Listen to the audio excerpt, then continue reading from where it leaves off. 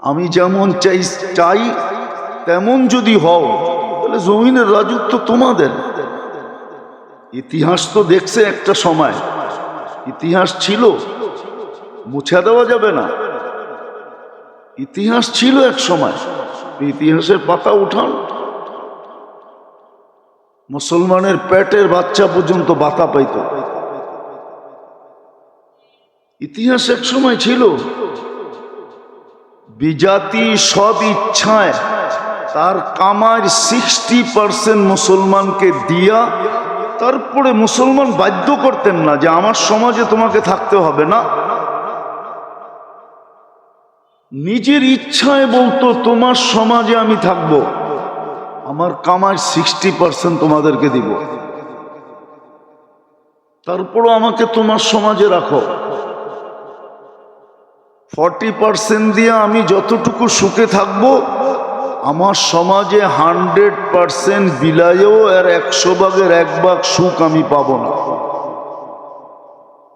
কেন ওদের সমাজটা এরকমই ছিল, দাসত্বের সমাজ ছিল। আমরা ওই যুগে জন্ম নেই নাই যেই যুগে জমিদারি প্রথা ছিল। জমিদারির প্রথার ভিতরে যারা জন্ম নিয়েছিলেন আর যারা সময় কাটাইছে, ওপরে কবর থেকে উঠে জিজ্ঞাসা করতে হবে যে তোমাদের সময়টা কিরকম কাটতো। প্রজা হিসাবে যারা জীবন কাটায় গেছেন, ওদেরকে কবর থেকে উঠে জিজ্ঞাসা করতে হবে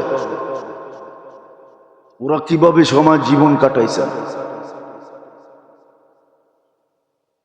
চাই মুসলিম জমিদার হোক, চাই অন্য সম্প্রদায়ের জমিদার হোক, আপনি ইতিহাস উঠে দেখেন, ঘাটেন ইতিহাস।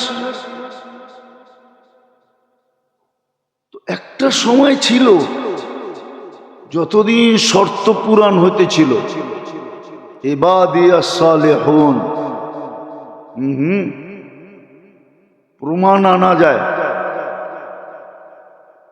এই ইহুদিদেরকেই বলতো মুসলমান, হাদিসে আছে ইয়াকতুলুশ শারকিয়ুল গারবিয়্যা। শারক বলা হয় পূর্ব দিকে হলো মধ্যখানে দরিয়া উর্দুন, পূর্ব দিকে হলো ফিলিস্তিন আর উর্দুন, আর পশ্চিম দিকে হলো ইসরায়েল। হাদিসে আছে পূর্ব আলারা পশ্চিম আলাদেরকে হত্যা করবে। ইহুদিদেরকে বলে তোমরা বলতেছো সত্য, কিন্তু এখানে একটা শর্ত আছে। আল্লাহ বলছে মুসলিম আব্দুল্লাহ, যে তোমরা এখন আল্লাহর বান্দাও না আর তোমরা এখন পারফেক্ট মুসলমানও না।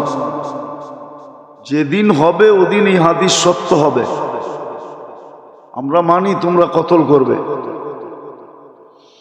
তখন ইহুদিরা সমস্ত জায়গায় আশ্রয় নেবে, আর সব জায়গার থেকে আওয়াজ আসবে, পাথরের থেকে আওয়াজ আসবে, ইয়া মুসলিম ইয়া আব্দুল্লাহ ওয়ারা ইহুদ। ও মুসলমান, ও আল্লাহর বান্দা, আমার পিছে ইহুদি লুকায় আছে, ফাকতুলহু, তাকে কতল করো।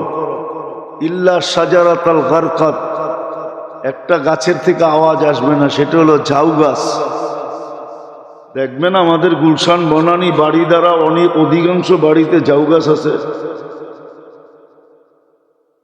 ঝাউ গাছ দেখতে সুন্দর, কিন্তু এটা হলো ইহুদি গাছ। এই গাছের নামই হলো ইহুদি গাছ, কিন্তু মুসলমান পছন্দ করে লাগাইতেছে। তো শর্ত আছে।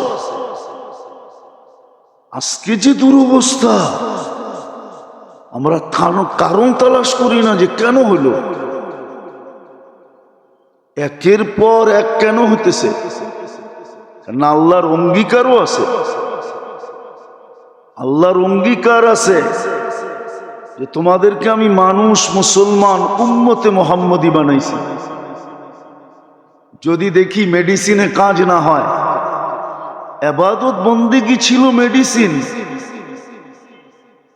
আর আমরা মেডিসিন ছেড়ে দিছি। বললাম তো রাগ হয় না, খানা পর্যন্ত বিসমিল্লাহ বইলা খায় না, ঘুমানোর সময় দোয়া পর্যন্ত পড়ে না, উঠো দোয়া পড়ে না। সারাদিনেরটা তো বাদ দিলামই, 24 ঘন্টা আল্লাহর সার্ভিস নিতেছে। আল্লাহ তো বলে অনেক সময় নিজের চয়েসের কারণে, পছন্দের কারণে সবার সামনে লজ্জায় নিজেকেই মুখ ডাকতে হয়। আছে এরকম পর্ব, আছে এরকম, মনে হয় বোঝেন নাই। আপনি খুব পছন্দ করে ম্যানেজার নিয়ে আসছেন, পুরান ম্যানেজারে আউট করে দিছেন, কিন্তু কয়েকদিন পরে ধরা পড়ছে মাশাআল্লাহ, মাশাআল্লাহ বোঝেন কি? মাশাআল্লাহ বোঝেন? খুব ভালো মানুষ, ঠিক না? এখন মালিকেরই কর্মচারীর সামনে চক্ষু চেহারা ডাকতে হয়। আল্লাহ বলে তোমাদের যে দুরবস্থা, কিয়ামতের দিন যদি তোমাদেরকে উঠাই তো নিজেকে বন্ধুর সামনে, তো শব্দটা যদিও শোভনীয় না, বন্ধুর সামনে লজ্জিত হইতে হবে। কেননা বন্ধুর সাথে অঙ্গীকার, আমি বন্ধুকে লজ্জিত করব না।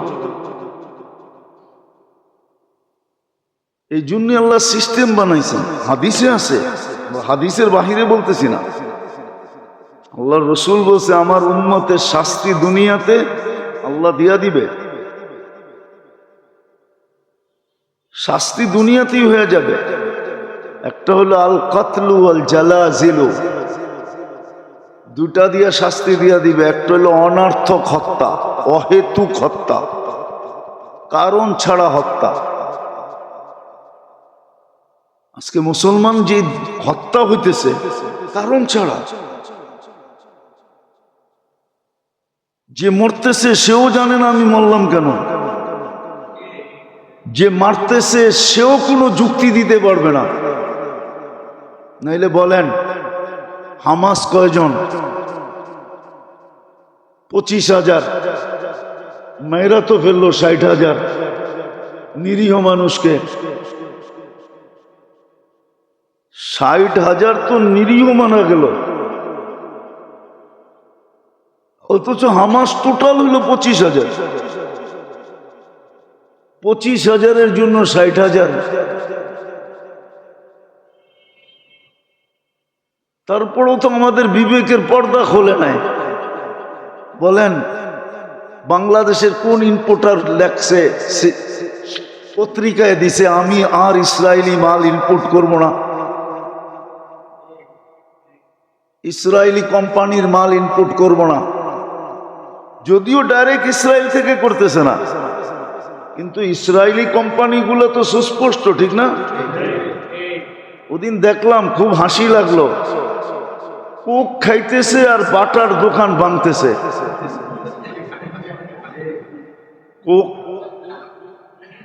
কোক খাইতেছে আর কোক কাদের, বাটা কাদের, একটা পেটে ঢুকাইতেছে আরেকটারে ভাঙতেছে। হাস্যকর ব্যাপার। মুসলমান যদি এতটুকু করত যে ওদের দেশের কোনো পণ্য ইম্পোর্ট করব না, ব্যবহার করব না, অথচ দেখেন আপনার ঘরের সাজসজ্জাই তো ওদের জিনিস দিয়া, এতটুক করতেও তো রাজি না,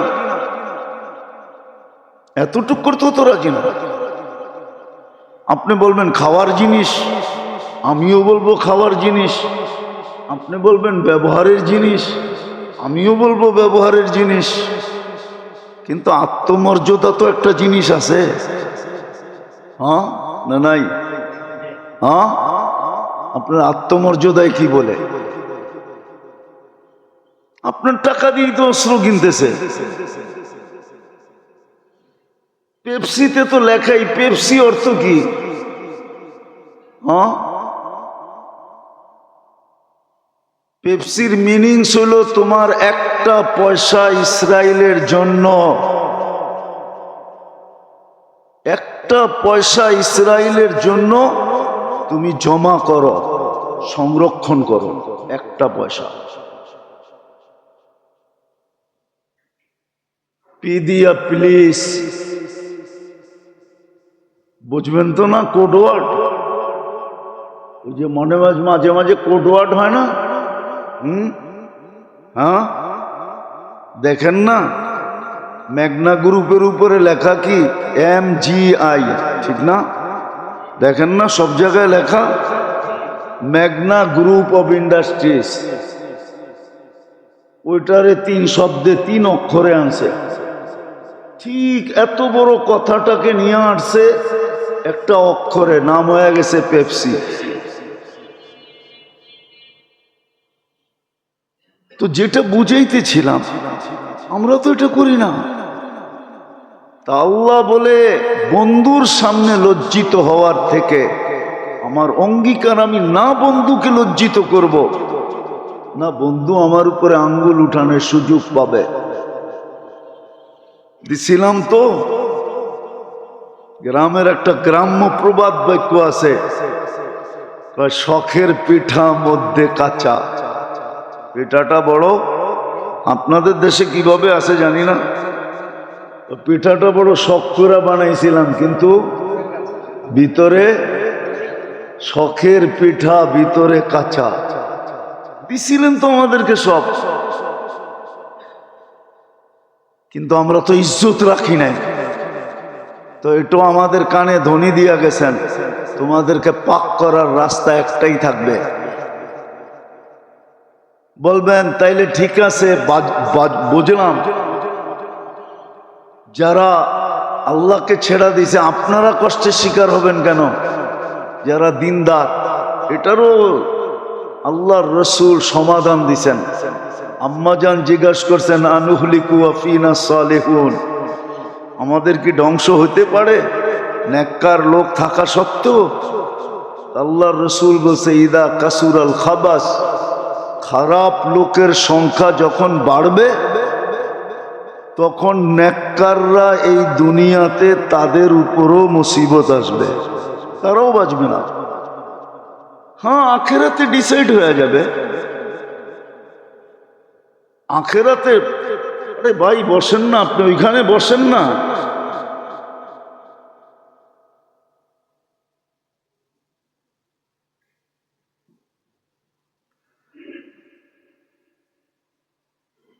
তো যেটা বুঝাইতেছিলাম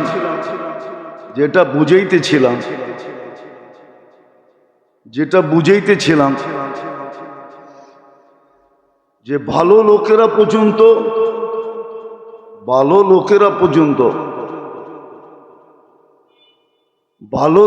পর্যন্ত ওই বিপদের সম্মুখীন হইতে হবে।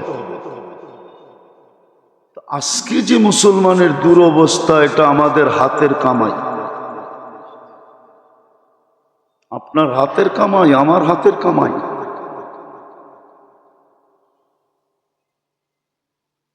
আপনার হাতের কামাই, আমার হাতের কামাই। বুক করে সারাদিন আল্লাহটা সারাদিন বুক করে সার্ভিস নেয় আল্লাহ, সেবা নেয় আল্লাহ, কিন্তু সারা দিনে 10 বার আল্লাহ বলতে চায় না। কেননা সামনে একটা সময় আসতেছে, কোয়ালিটিফাই তো বানাইতে হবে। হ্যাঁ, সামনে কিন্তু 2টা বিপদ আসতেছে, সামনে কিন্তু 2টা জিনিস আসতেছে। একটা দাজ্জাল, আপনি ভাইবেন না তসবি পরে দাজ্জালতে বেঁচে যাবেন, আপনি এটা ভাইবেন না যে আপনি তসবি পড়েন দাজ্জালতে বেঁচে যাবেন। দাজ্জালতে বাঁচা এত সহজ না। দাজ্জাল থেকে তো ওই বাঁচবে যে তার পদ্ধতি অনুকরণ করবে। দাজ্জাল থেকে বাঁচার যে পদ্ধতি, ওই পদ্ধতি শতকরা একজন কেন, হাজারে একজন কেন, লাখে একজন করে কিনা সন্দেহ আছে।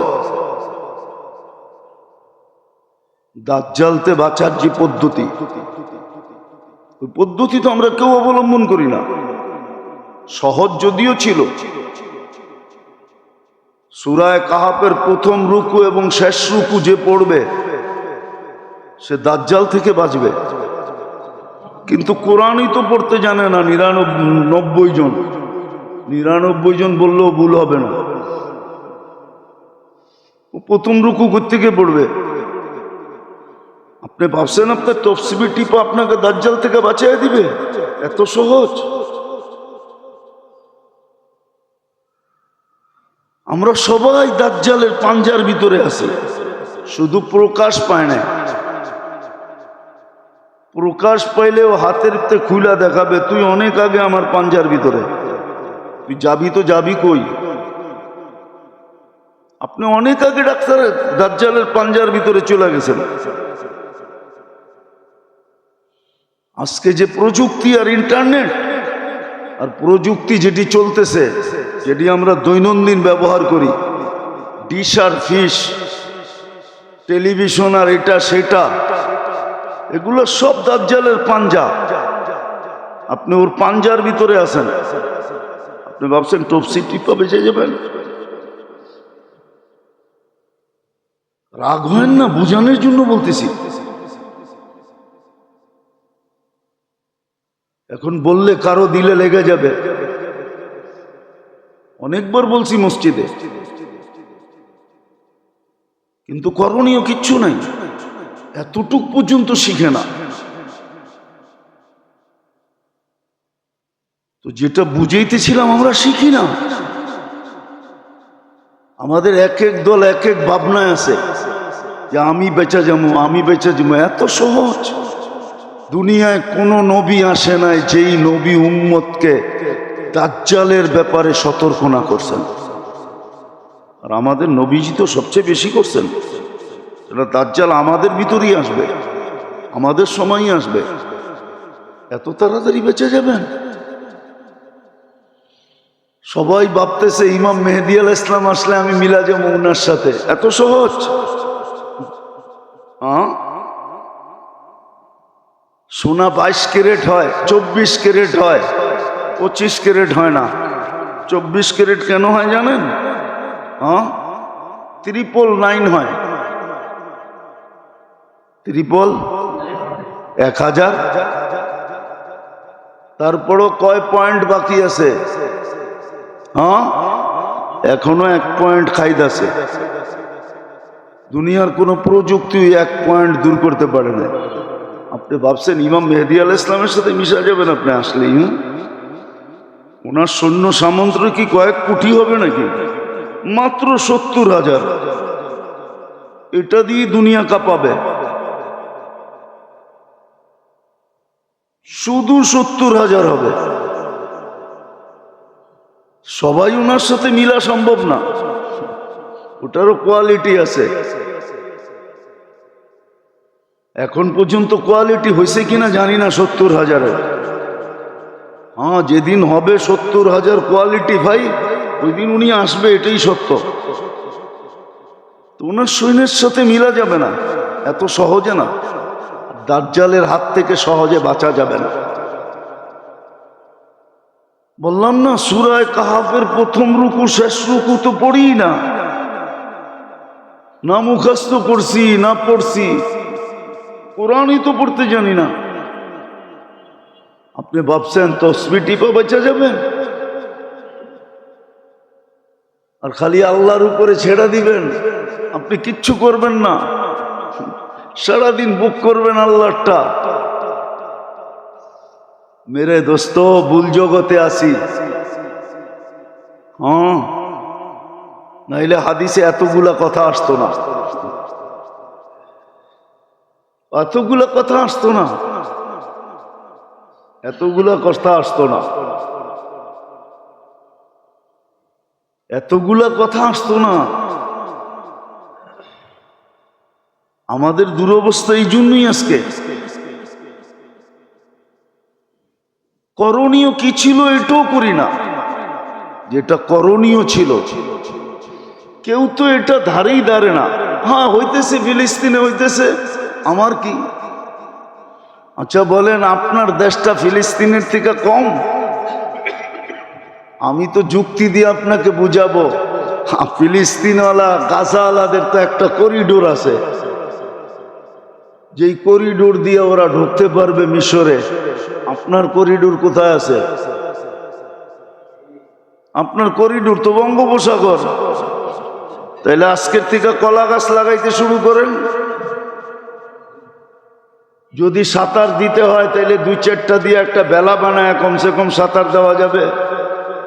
ছোটবেলা কলা গাছের বেলায় চড়তাম, বেলা চিনেন তো? হ্যাঁ, তাহলে কলা গাছের চাষাবাদ বেশি করেন। আপনার তো কোনো করিডোরই নেই। ওর তো একটা করিডোর আছে, আপনার কয়টা আছে? আপনার অবস্থা তো বেশি ভালো না। সত্য তো এটাই, মুসলমানদেরকে বিজাতির চেয়ে মুসলমান বেশি ডুবাইছে। কবির ওই কথা সত্য, মুঝে আপনু নে লুটা গैरू में कहां दम था, मुझे अपनों ने लूटा गैरू में कहां दम था। আমাকে আমার মানুষ ডুবাইছে, অন্যের ডুবানোর ক্ষমতা কখন ছিল? দুনিয়ার সবচেয়ে ভীতু জাতি চিনেন? চিনেন? হ্যাঁ, কে? দুনিয়ায় 2টা জাতি সবচেয়ে ভীতু, একটা হলো ইহুদি আর একটা হলো মূর্তি পূজক। এদের চেয়ে ভীতু জাতি দুনিয়াতে নাই। কিতাব বলে, কিতাব, সায়েন্স বলে।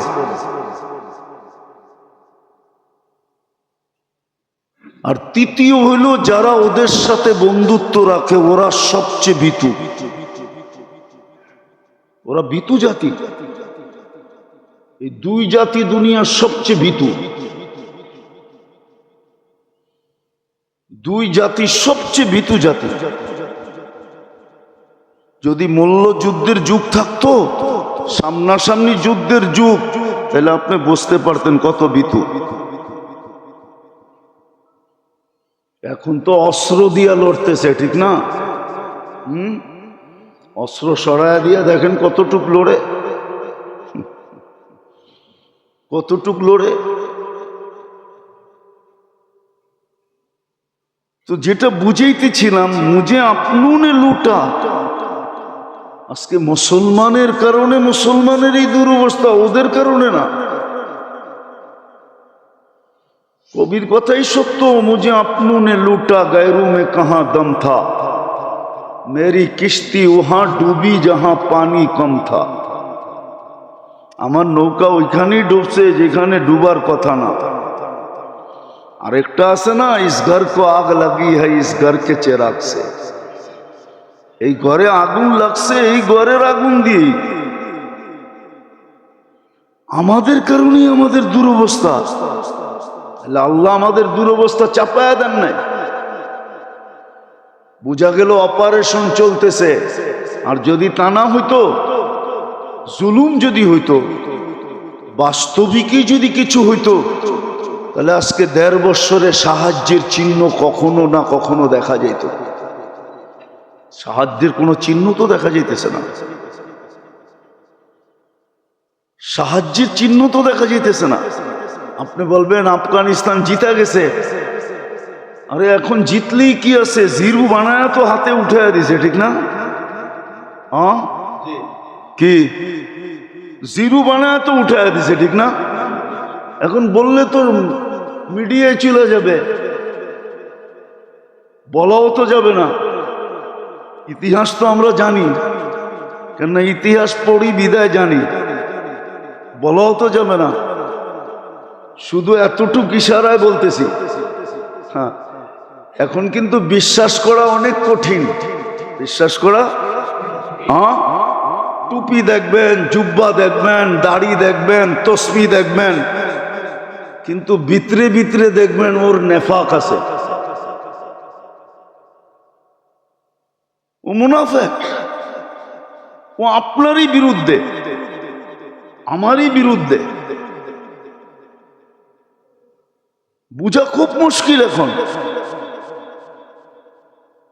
নাহলে পাকিস্তান আমলে আপনাদেরকে আমি বলতেছি, যেই কাঁচা টাকা ছিল, 1 টাকার যে কয়েনটা ছিল ওটা 100% রূপা ছিল। কি আছে আপনার কাছে? 2-1টা নিয়ে আসেন, আমি কিনবো। 1 টাকারটা 2000 টাকা দিয়ে কিনবো, ক্যাশ, কচকইচা নোট দিমু একবারে। ওই কাঁচা টাকা কোথায় গেছে? কে নিয়ে গেছে? ট্রেন বইড়া।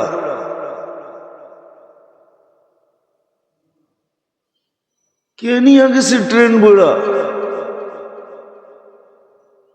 ওটি তো সব রূপা ছিল, পিওর রূপা। 1 তোলা রূপা ছিল, 1 তোলা, একবারে মাপা। এখনো 2-1টা আমাদের তাঁতি বাজারে আছে, যেটা তোলা মাপার জন্য ওইটাই দিয়ে মাপে, আর তোলা লাগে না। কে নিয়ে গেছে? খালি ছিল না, আপনাকে খালি করে দিছে। আর বললাম না, আগে এতটুকুই বললাম। इस घर को आग लगी है, इस घर के चिराग से। এই জন্যই আল্লাহ আমাদেরকে শিক্ষা দিছিলেন যে মুসিবত যখন আসে, অন্যের কথা বাদ দিয়া তোমরা, যাদেরকে আমি সদিচ্ছায় মুসলমানের ঘরে অস্তিত্ব দিছি, উম্মতে মুহাম্মদী বানাইছি তোমার বেনিফিটের জন্য, তুমি লাভবান হবে এই জন্য, চির জান্নাত পাবে এই জন্য। মুসিবত আসতে দেরি, চিৎকার দিয়ে আমার দিকে ফিরতে দেরি করো না। যেরকম বাচ্চা যেরকম বিপদ দেখলে মা বইলা চিৎকার দেয়, বাবা বইলা চিৎকার দেয়, আল্লাহ শিক্ষা দিছিলেন বিপদ দেখলে আমাকে ডাইকো। ইদা আসাবাতহুম মুসিবাতুন ক্বালু ইন্না লিল্লাহ। আল্লাহর দিকে ফিরা উচিত ছিল। এখনো অপেক্ষা আছে আল্লাহ। তাহলে হাদিসে কুদসি কেন আসতো? আহলু মাসিয়াতি লা আকনুতুহুম মির রাহমাতি। যেমন আপনারা বুঝবেন না, হয়তো কোনো যুবক বুঝলে বুঝতে পারে, তারও মোবাইলে এখনো মেসেজ আছে, আমি মরণ পর্যন্ত তোর অপেক্ষায় থাকবো। মনে হয় বোঝেন নাই? আল্লাহ বলে কণ্ঠনালীতে রু আসার পূর্ব মুহূর্ত পর্যন্ত আমি মুসলমান, তোর অপেক্ষায় থাকবো। আমিও তোর অপেক্ষায় থাকবো। তুই তওবা করবি, আমি বন্ধু হয়ে যাবো, আর তওবা না করবি তো তোকে পাক করতে হবে। এটাই সিস্টেম। মেডিসিন না চললে সার্জিক্যাল করতে হয়। সার্জিক্যালও যদি না হয় দিতে হয়, যে কদিন খাইলো তারপরে শেষ। কিন্তু আল্লাহ আমাদেরকে তৃতীয় স্তরে নিতে চাইতেছেন না। তৃতীয় স্তরে নিতে চাইতেছেন না যে আমি তোমাদেরকে ছেড়া দিলাম, যেই কদিন বাঁচলা তারপরে জাহান্নামে ঢুকায়া দিব। এটা আল্লাহ চাইতেছেন না। আল্লাহ চাইতেছেন আমি অপারেশন করব। ইল্লাম ইয়াতুবু ফানা তাবিবুহুম। তখনের কারি হাদিস এটা যে অহেতুক হত্যা, কারণ ছাড়া হত্যা। তাহলে আপনাকে আমি লিস্টি দেখাইতে পারি। মুসলমান তো আজকে বিবেক হারা হয়ে গেছে। সবচেয়ে বেশি আমাদের কর্ণধাররা, ওরা ভাবে না। আপনি দেখান আমাকে 60 লক্ষ ইহুদি মারছে কে? হিটলারের নামের সামনে টেরোরিস্ট আছে কিনা দেখান। চ্যালেঞ্জ আপনার সাথে। দুনিয়াতে এই পর্যন্ত সবচেয়ে বেশি মানুষ যারা মারছে, যারা দুনিয়ার থেকে চলে গেছে, একজনের নামের সামনে টেরোরিস্ট আছে কিনা দেখেন। কিন্তু আমি বলতেছি, মিডিয়ায় যেতেছে, সর্বপ্রথম মিডিয়াওয়ালা এদেরকে স্যাংশন লাগাবে টেরোরিস্ট কয়া। যে ইহুদির বিরুদ্ধে কেন, ইসরায়েলের বিরুদ্ধে কেন বললো, এদের ভিডিও চলবে না। ইন্ডিয়ার বিরুদ্ধে কেন বললো, ভিডিও চলবে না। টেরোরিস্ট শব্দটা মানে পয়দাই হয়েছে মুসলমানের লেগা। অথচ আপনি ইতিহাস উঠান, সবার বেশিরভাগ নামের সামনে হিরু লেখা আছে। টেরোরিস্ট একজনের নামের সামনে লেখা নাই, আজও দুনিয়া বলে না। টেরোরিস্ট শব্দটা তৈরি হয়েছে আপনার জন্য, আর ওইটি আমার দেশের মানুষও ব্যবহার করে, আমার দেশের মানুষও ব্যবহার করে, আমার দেশের মানুষও ব্যবহার করে, এরাও ব্যবহার করে। অতীতেও ব্যবহার হয়েছে, সামনে হইব কিনা জানি না, সামনেও হবে। এই শব্দই ব্যবহার করা দমন পীড়ন চলতে থাকবে, ঠিক না? কেন এই শব্দই ব্যবহার হবে। অথচ মুসলমান একটু কিছু বললেই টেরোরিস্ট, আর আমরা হব না তো হব না কেন?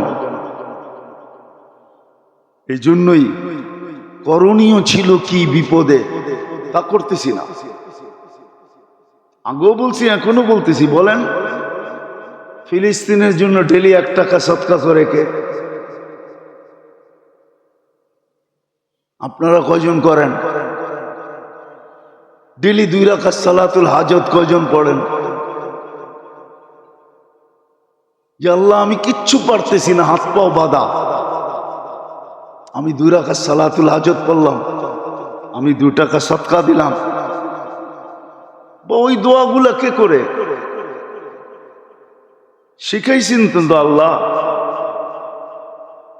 উলামা তো বলতেছে প্রত্যেক মানুষের ডেলি 2 মিনিট দিয়ে পড়া উচিত। দোয়া ইউনুস পড়া দরকার, যেটা ইউনুস আলাইহিস সালাম মাছের পেটে, সমুদ্রের পেটের ভিতরে বসে পড়ছিলেন।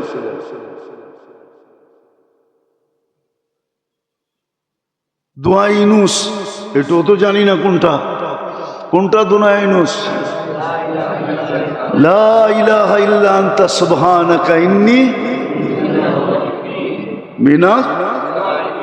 আমরা দেখতাম ছোটবেলা, যখন এই বৈশাখ মাসে বা জ্যৈষ্ঠ মাসে বা আষাঢ় শ্রাবণ, আগের মতো তো তুফান সুফান এখন খুব কমই হয়, আগে বহুত হইতো, ঠিক না? আমাদের ছোটবেলায় তো যখন এরকম একটু বাতাস বাড়তো, তো মা চাচিদেরকে দেখতাম, আমাদেরকে বলতো তাড়াতাড়ি দোয়া ইউনুস বারিন্দায় যায়, বাইরে যায়, জোরে জোরে পড়, আজান দে। হ্যাঁ, তো দোয়া ইউনুস পড়তো। বলেন আজ পর্যন্ত কয়বার দোয়া ইউনুস পড়ছি? লা ইলাহা ইল্লা আনতা সুবহানাকা ইন্নী কুনতু মিনাজ জালিমিন। একজনও তো বলতে পারবে না যে আমি ফিলিস্তিনকে লক্ষ্য করে এই পর্যন্ত 1000 বার পড়ছি, 100 বার পড়ছি। তো শিক্ষা দিছিলেন আমাদেরকে যে বিপদে কি করা চাই। ব্যক্তিগত বিপদ হোক, পারিবারিক বিপদ হোক, যেই কোনো বিপদ হোক, আল্লাহ রসুল শিখাইছিলেন ইদা আযাবাহু আমরুন ফাজিয়া ইলা সালাহ। সব মুসলমান নামাজি হয়ে যাওয়ার কথা ছিল, কিন্তু বেনামাজির সংখ্যা দিন দিন বাড়তেছে না কমতেছে? নামাজি তো হয় না, নামাজি তো হয় না। সব তো নামাজি হয়ে যাওয়ার কথা ছিল এই মুহূর্তে, যে আল্লাহ কোনো কুল কিনারা দেখতেছি না, উফ পন্ত করতে পারতেছি না। বাংলা একটা কথা আছে, উও করা যায় না, উও করা যায় না। তো কমসে কম তো নামাজ পড়া যায়। ওই 100% তো নামাজ পড়ে না, 90% নামাজ পড়ে না মুসলমান। বিদায় অপেক্ষা করা উচিত আমাদের। একের পর এক কিন্তু সাইজ করবে আল্লাহ সবাইকে। আর কিতাব এটাই বলে, কিতাব কিতাব এটাই বলে, আর ওদের মনের আকাঙ্ক্ষাও এটাই বলে। আমি যেটা বলতেছি এটাই বলে। গ্রেটার ইসরায়েল আপনি চিনেন না কত বড়? গ্রেটার ইসরায়েল আপনি চিনেন না কত বড়? আপনি চিনেন না? আমাদের প্রতিবেশী দেশটাও বলে এই জমিনটা ওদের। কাদের? কাদের? কেননা এখনো অধিকাংশ নাম ওদের নামে। লক্ষ্মীপুর, কি কি একটাই বললাম, দূরেরটা একটু, কাছেরটা বললাম না, আবার ওরা লাঠি লয়ে আসতে পারে তাড়াতাড়ি। ওরা আসতে গেলে বাসে চড়তে হইব। গ্রেটার ইসরায়েল আপনি চিনেন না কত বড় ওদের মনের আশা। হ্যাঁ হ্যাঁ, 2 শহরে আল্লাহ ঢুকতে দিবে না, এটাই সত্য। মক্কা আর মদিনা, মদিনার দ্বার পর্যন্ত ওদের আশা, মদিনার দ্বার পর্যন্ত। আমাদের সুজনরা যতই ভাবে না, সুজন চিনেন? আরব শাসকরা হলো সুজন। সখী আছে ওদের, খালি সুজনের কথা বললাম। সুজন সখী শুনছেন না? মনে হয় শুনেন না, ঠিক না? আবার বললে তো আপনারা আমার হাসবেন, ঠিক না?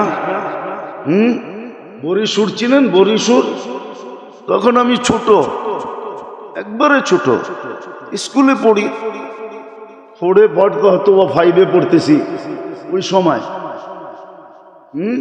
তো সুজন সখীর শুটিং চলতেছিল বরিশুরে। বটগাছটা আছে কিনা জানি না।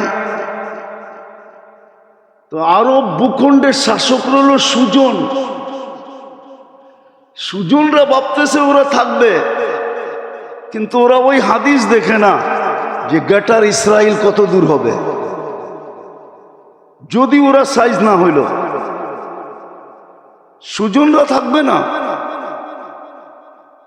একটা কথা মনে উঠছে, লম্বা হয়ে যেতেছে। আদম আলাইহিস সালাম বলছিলেন ওনার প্রথম ছেলে যিনি নবী হয়েছেন, শীষ আলাইহিস সালাম, ওনাকে 4টা নসিহত করছিলেন, 4টা। আমি একটা বলবো আর কি। এটা আমাদেরও ভাবা উচিত, মনে রাখা উচিত যে যেইখানে থাকো ওটাকে চিরস্থায়ী মনে করো না। যেইখানে থাকো, যেই অবস্থানে থাকো, যেই পদে থাকো, ওটাকে চিরস্থায়ী মনে করো না। ভুল করবা তুমি। কেননা আমিও জান্নাতকে চিরস্থায়ী মনে করতাম, যে চিরদিনই বুঝি এখানে থাকবো। কিন্তু কয়েকদিন পরে দেখলাম আউট হয়ে গেলাম। আউট হয়ে গেলাম। 40 বছর 45 বছর থাকার পরেও আউট হয়ে গেছে। গাদ্দাফি কত বছর শাসক ছিল? সাদ্দাম কত বছর ছিল? তিউনিসিয়ার প্রেসিডেন্ট কত বছর ছিল? 1600 বছরের রাজত্ব পারস্য আলাদের ছিল, এক ফ্যামিলির। তারপরে তো আউট। রুম আলাদের ছিল 1100 বছরের বেশি, তারপরে তো আউট। আদম আলাইহিস সালামের কথাই সত্য, কিন্তু আমাদের মিডল ইস্টের আরব ভূখণ্ডের সুজনরা এটা বোঝে না যে একদিন না একদিন আমাদের আউট হইতেই হবে। আর আল্লাহ একদিন করবেই, বেজ্জতির সাথে করবে।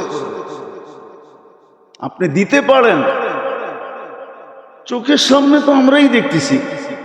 42 সাল পর্যন্ত তো ছিল, ঠিক না? আজকে কয় সাল? 42 পর্যন্ত যেতে আর কয় বছর লাগবো? আশা কি পুরা হইল? কোন দিক দিয়ে না করছিল? কোন দিক দিয়ে না করছিল ব্যবস্থা?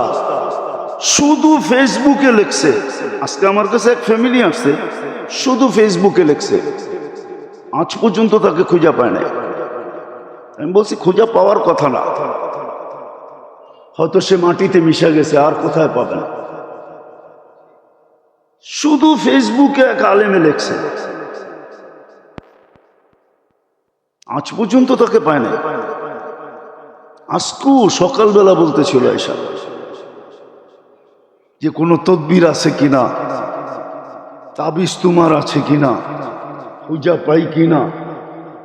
কেননা মার মনে তো আশা থাকে, ঠিক না? হ্যাঁ, সন্তান মরে গেলেও তো মার মনে মরে নাই, কিন্তু পাবে তো পাবে কোত্থেকা? এতদিন তো থাকলে বাহির হয়েই আসতো, আসে তো নাই, তাহলে বসতে হবে মাটিতেই মিশে গেছে। তো সত্য এটাই, আমাদের সুজনরাও থাকবে না। এরা যতই ভাবুক যে আমাদের বাদশাহী চলে যাবে, রাজত্ব চলে যাবে। এই জন্য মেরে দোস্ত, শেষ কথা এটাই বলতে চাইতেছিলাম, বিপদ আসছে, চলেন আমরা সবাই আল্লাহর দিকে ফিরি। বলে বাকিগুলা কি করব না? না করব, ওগুলার আমি বিরুদ্ধে না। এটা আবার কেউ মনে করতে পারে যে সভা সমাবেশ এগুলার বিরুদ্ধে আমি, না। এইগুলা তো করব, শুধু এইগুলা করে ক্ষান্ত হব না। এইগুলার করার সাথে সাথে যেটা সবচেয়ে বেশি করণীয় আমাদের, সেটা হলো সবাই তওবা করে আল্লাহর দিকে ফিরা যাওয়া। এটা হলো সবচেয়ে বড় করণীয়। আল্লাহর কাছে চাওয়া, আল্লাহর কাছে চোখের পানি ঝরানো। উচিত ছিল মুসলিম স্কলারদেরকে যে সারা দুনিয়ার মুসলমানকে এই কথা বলে যে যেরকম আমরা বিক্ষোভ ডে, হ্যাঁ, বিক্ষোভের জন্য সমাবেশ করে থাকি, সারা বাংলাদেশে উচিত, সারা দুনিয়ার স্কলারদের বলা উচিত উম্মতকে যে এই সময়টা আমাদের তওবার সময়। সারা দিন তওবা করো, ইস্তেগফার করো, আল্লাহর কাছে মাপ চাও, সাহায্য চাও, আল্লাহর কদমে পড়ো। সমাবেশের বিরুদ্ধে না, পক্ষে, কিন্তু সাথে সাথে এটাও হওয়া উচিত, এটা সবচেয়ে বেশি হওয়া উচিত। আর করে না, এখনো করে না, এখনো করে নাই। কুনুতে নাজেলা পড়ে কিনা আমি জানি না, ফজরের সময় পড়েন? পড়ে তো না, যদিও বলা হয়েছে এতদিন পরে কুনুতে নাজেলা পড়তে। ফজরের নামাজের দ্বিতীয় রাকাতে রুকুর থেকে উঠা কুনুতে নাজেলা পড়া, আল্লাহর কাছে সাহায্য চাওয়া। এখন পর্যন্ত মসজিদওয়ালারা শুরু করে নাই, কেননা মসজিদওয়ালারাও পারতেছে না, ইমাম সাহেব পড়ে না। কুনুতে নাজেলা জানি না কি জিনিস, কুনুতে নাজেলা পড়া উচিত ছিল।